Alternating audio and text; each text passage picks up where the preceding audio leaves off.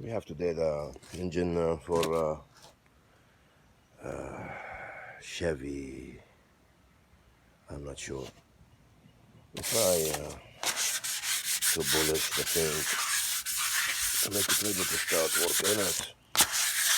And it's important to make sure that the cylinder is smooth.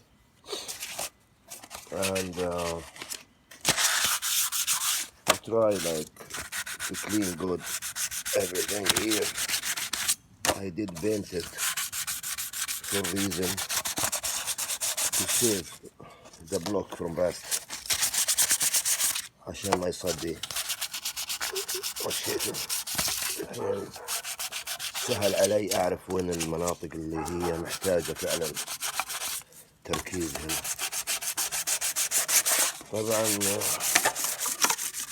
بدي أحاول اليوم try today to put it the crank. تحط هذا يتحط تحت في المنطقة هذه، بس بدي أحاول أنظف هنا في الأول، وهذا هو جرى العمل. إن شاء الله خير.